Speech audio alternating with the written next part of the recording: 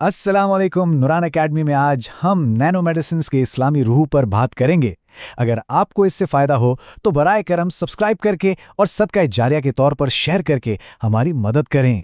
तो चलिए शिफा-ए-याबी के एक ऐसे इनकलाब में गोता लगाते हैं जो एक ऐसे पैमाने पर शुरू होता है जिसे समझना तकरीबन नामुमकिन है।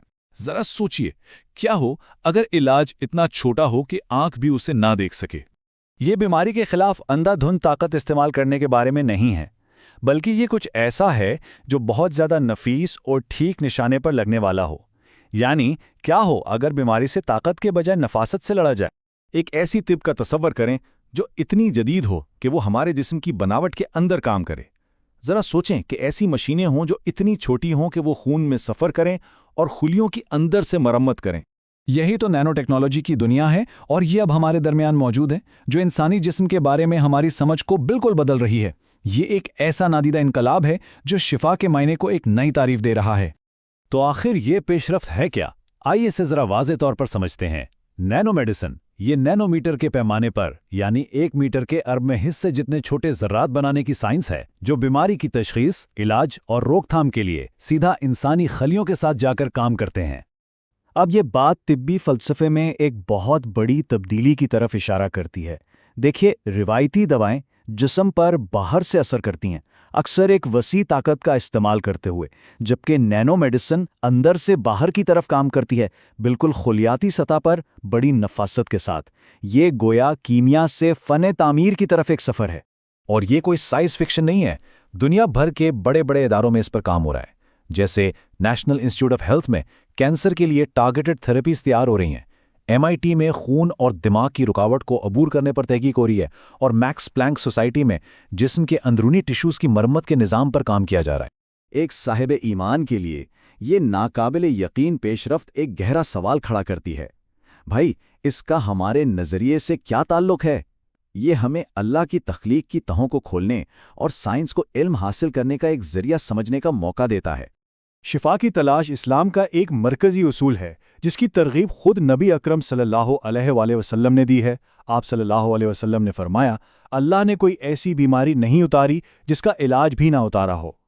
तो ये तलाश, ये तख्लीक के खिलाफ कोई बगावत नहीं, बल्कि उसके पेचीदा डिज़ाइन को समझने का एक सफ़र है। ये वो तसव्वुर है जिसे कुरान मजीद में कितनी खूबसूरती से बयान किया गया है। और उसके इल्म से एक ज़र्रे के बराबर भी कोई चीज़ गायब नहीं। कुरान 34:3। तो असल बात यह है कि जब इंसानी इल्म आजिज़ी के साथ इस एटमी सतह तक पहुंचता है, तो ये दरअसल उन्हीं राजों से पर्दा उठाता है जो अल्लाह ताला ने पहले ही अपनी तख्लीक में रखे हुए हैं। शिफा रहमत की एक शक्ल है, और शिफा के ज़राए को ढूंढना ये आजिज़ी के साथ इल्म यानी इल्म हासिल करने का एक अमल है। आइए अब देखते हैं कि ये सब एक कितनी शानदार और गहरी तारीख पर कायम है। ये शिफा की एक मीरास है जो सुनहरे दौर से लेकर आज की खिलियाती सरहद तक फैली हुई है। ये जो जदीद जुस्तजू है, ये मुस्लिम जहन के लिए कोई नई बात नहीं है। ये एक तवील और शानदार रिवायत का तसलसल है। 8वीं सदी में पहले अवामी अस्पताल बने। 10वीं सदी में इब्न सीना की अल-कानून फी तिब सदियों तक एक मेयारी तिब्बी किताब रही। 12वीं सदी में इब्न नफीस ने फेफड़ों में खून की गर्दिश को बिल्कुल ठीक बयान किया। और अब 21वीं सदी में एक नई नस्ल इसी जज्बे के साथ खलियाती सरहदों को खोज रही है। हो सकता है औजार बदल गए हों, लेकिन जिस्म का एहतराम के साथ इलाज करने की जो बुनियादी जिम्मेदारी है वो आज भी वही है। ये काम जिस्म को महज एक चीज़ नहीं, बल्कि एक इमानत, एक मुक़द्दस इमानत समझने की रिवायत को आगे बढ़ाता है। लेकिन इतनी ताकतवर टेक्नोलॉजी अपने साथ गहरी इखलाकी जिम्मेदारियां भी लाती है। अब हम एक इखलाकी सरहद पर खड़े हैं और सवाल ये है, क्या ये रहमत है या जुल्म? हमें एक लम्हे के लिए रुक कर इस ताकत के इस्तेमाल के बारे में कुछ अहम सवालात करने होंगे। वो टेक्नोलॉजीज़ जो इंसानी जिस्म के अंदर काम करती हैं, इन पर कंट्रोल किसका होगा? शिफा देने वाली टेक्नोलॉजी को तो रहमत का जरिया होना चाहिए, ना कि तकसीम का। तो क्या ये इलाज सबको मिलेगा या ये सिर्फ अमीरों तक महदूद रहेगा? और इस दौर में जहां हर तरफ निगरानी है, हमें इसके गलत इस्तेमाल के खतरे पर भी गौर करना चाहिए। क्या ऐसा भी हो सकता है कि एक दिन ये निगरानी खुद हमारे खून में दाखिल हो जाए?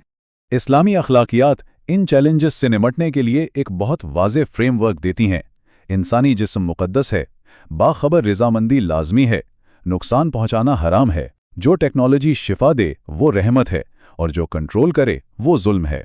یہ ہمیں آج کے دور اور مستقبل کی تشکیل میں اس نسل کے کردار کی طرف لے آتا ہے۔ یہ شفا دینے والوں کی ایک نئی نسل ہے اور پوری امت کے لیے ایک پکار ہے۔ اس فیلڈ کے مستقبل کے لیے صرف تکنیکی مہارت کافی نہیں، بلکہ ایک گہری اخلاقی اور روحانی بنیاد بھی چاہیے۔ امت کو ایمان والے شفا دینے والوں کی ضرورت ہے، ہمدردی رکھنے والے سائنسدانوں کی، اور ایسے جدت پسندوں کی جو ہر سطح پر انسانی وقار کا تحفظ کریں۔ اور یہ بات کتنی خوبصورتی سے واضح ہوتی ہے کہ اسلام میں صحیح نیت سے علم حاصل کرنا خود ایک عبادت ہے۔ طب کا مستقبل خلیہ بے خلیہ لکھا جا رہا ہے، اور مسلمانوں کو اس کے شفا دینے والوں میں ضرور شامل ہونا چاہیے۔ یہ ہمیں ایک آخری سوچنے پر مجبور کرنے والے سوال کے ساتھ چھوڑ جاتا ہے، جو ایک عظیم وراثت کو جاری رکھنے کی دعوت ہے۔ اگر ہمارے اسلاف نے اس وقت دنیا کو بدل دیا تھا تو یہ نسل اب کیا تعمیر کرے گی؟ نوران اسٹوڈیو کی طرف سے پیشکش اور تخلیق